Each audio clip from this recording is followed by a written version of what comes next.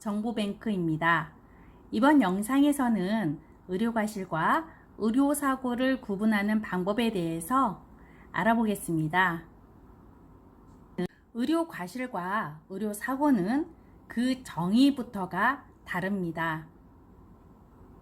의료과실의 정의는 의료인이 의료행위를 수행함에 있어 업무상 게을리하여 환자에게 적절치 못한 결과를 초래한 것임이라고 정의가 되어 있어요. 그리고 의료사고란 환자를 진료하는 과정에 주사나 수혈이 잘못, 오진, 약이 잘못된 투여 등 의료자가 과실로 환자에게 상해나 사망 등의 사고를 일으키는 일이라고 정의가 되어 있습니다.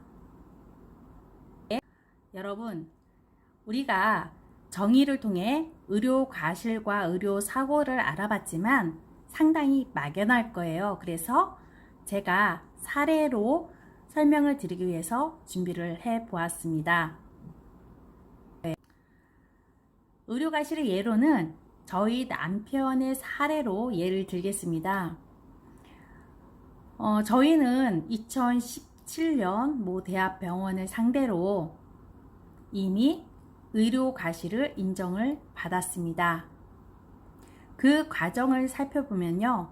2013년 저희 남편은 모 대학병원에서 1차 수술을 받게 됩니다.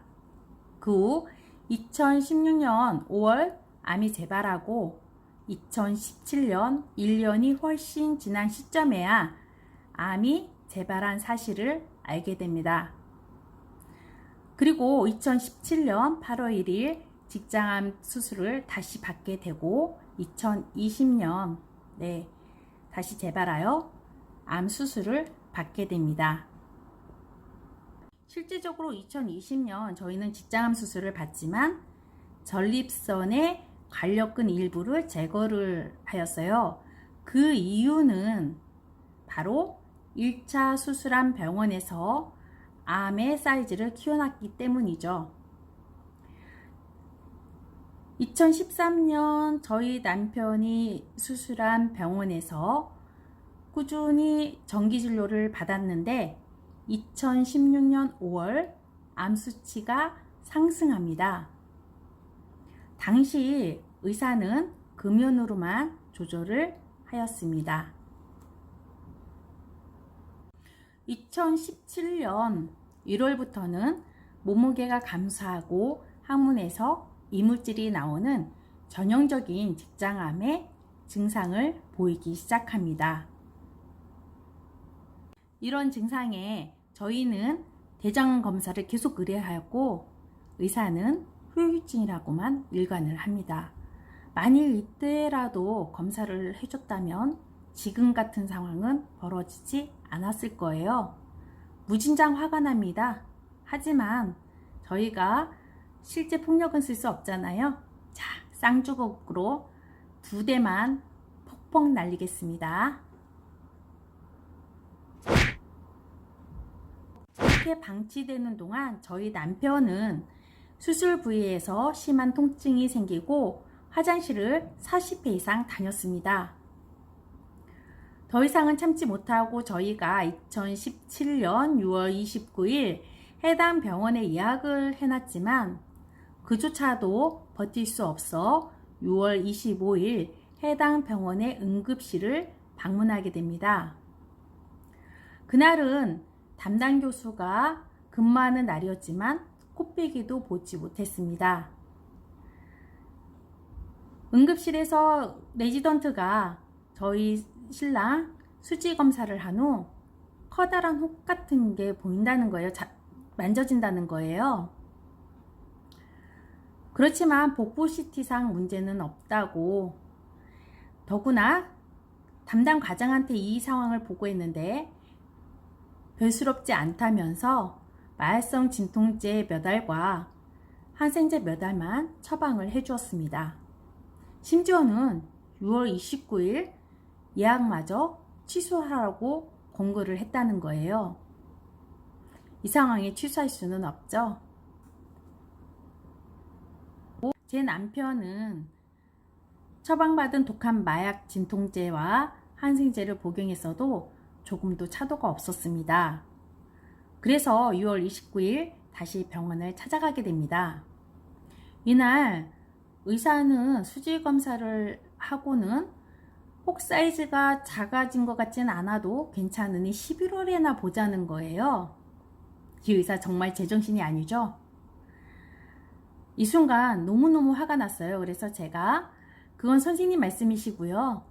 혹 사이즈가 변화가 없다는데 어떻게 11월까지 기다리겠습니까? 지금 당장 조직 검사를 해서 괜찮다는 것을 수치로 내보이십시오 라고 했더니 그제서야 직장 검사를 하라고 지시를 내리는 거예요. 이런 의사는 더 맞아도 상관이 없겠죠? 한 대 더 날리겠습니다.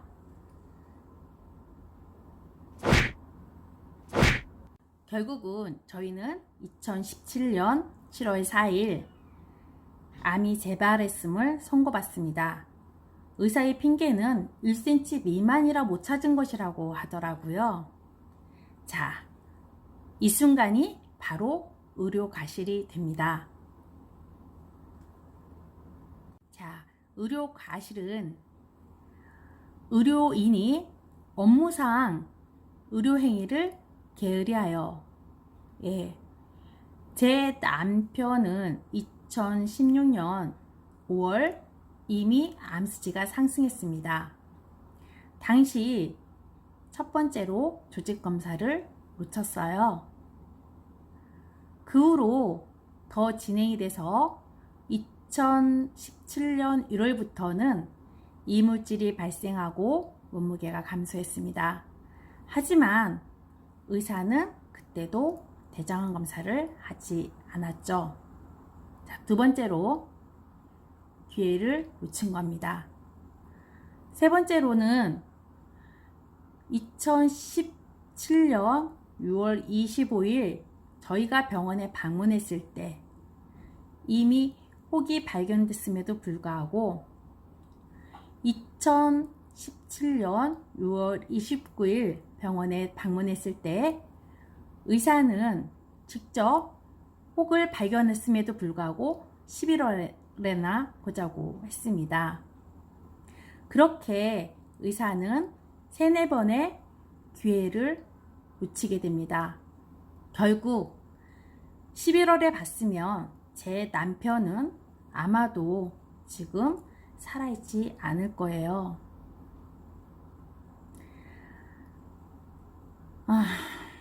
바로 저에 의해서 암이 발견됐고, 이 부분이 의료 과실의 대표적인 예가 됩니다. 의료 사고 역시 이해도를 높이기 위해서 환자의 사례로 예를 들겠습니다. 제 남편 입원 중에 저는 한 어르신을 만나게 됩니다. 이분 역시 직장암 수술을 지방모 대학병원에서 하셨는데요.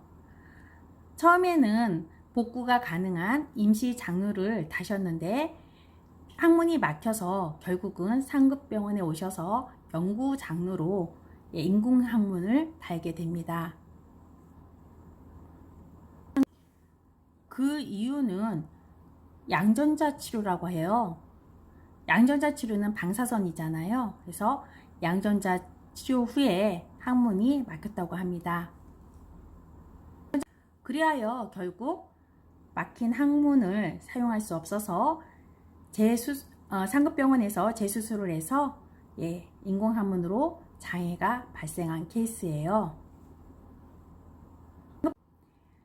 여러분, 의료 과실 중에 저희가 언제 서명한 사실이 있었나요? 의료 과실은 기간 중에 발생되는 일이라면 의료 사고는 즉흥적 반응으로 수술할 때 또는 시술할 때 또는 검사할 때 나타나는 부작용이에요. 병원에서는 이런 시술을 받을 때 또는 이런 수술을 받을 때 또는 조영제 사용 시 나타날 부작용에 대해서 환자나 보호자에게 고지를 하게 되어 있고, 환자나 보호자는 그 부분에 대해서 동의를 하여야 시술이든 수술이든 받을 수 있습니다. 그렇다면 의료사고란 그 부작용, 고지되어 있는 부작용이 아닌, 그 안에 없는 그런 부작용을 말하는 거예요. 저희는 이번 영상을 통해서 의료과실과 의료사고는 어떻게 다른지, 또는 어떻게 구분하는지, 또는 어떻게 인지하는지에 대해서 알아봤습니다. 다음에는 입증 방법의 팁에 대해서 말씀을 드리겠습니다. 앞으로도 다양한 분야의 정보를 여러분에게 제공해 드리겠습니다. 제 영상의 좋아요와 구독은 여러분에게 자산이 됩니다. 다음 시간에 뵐게요. 안녕.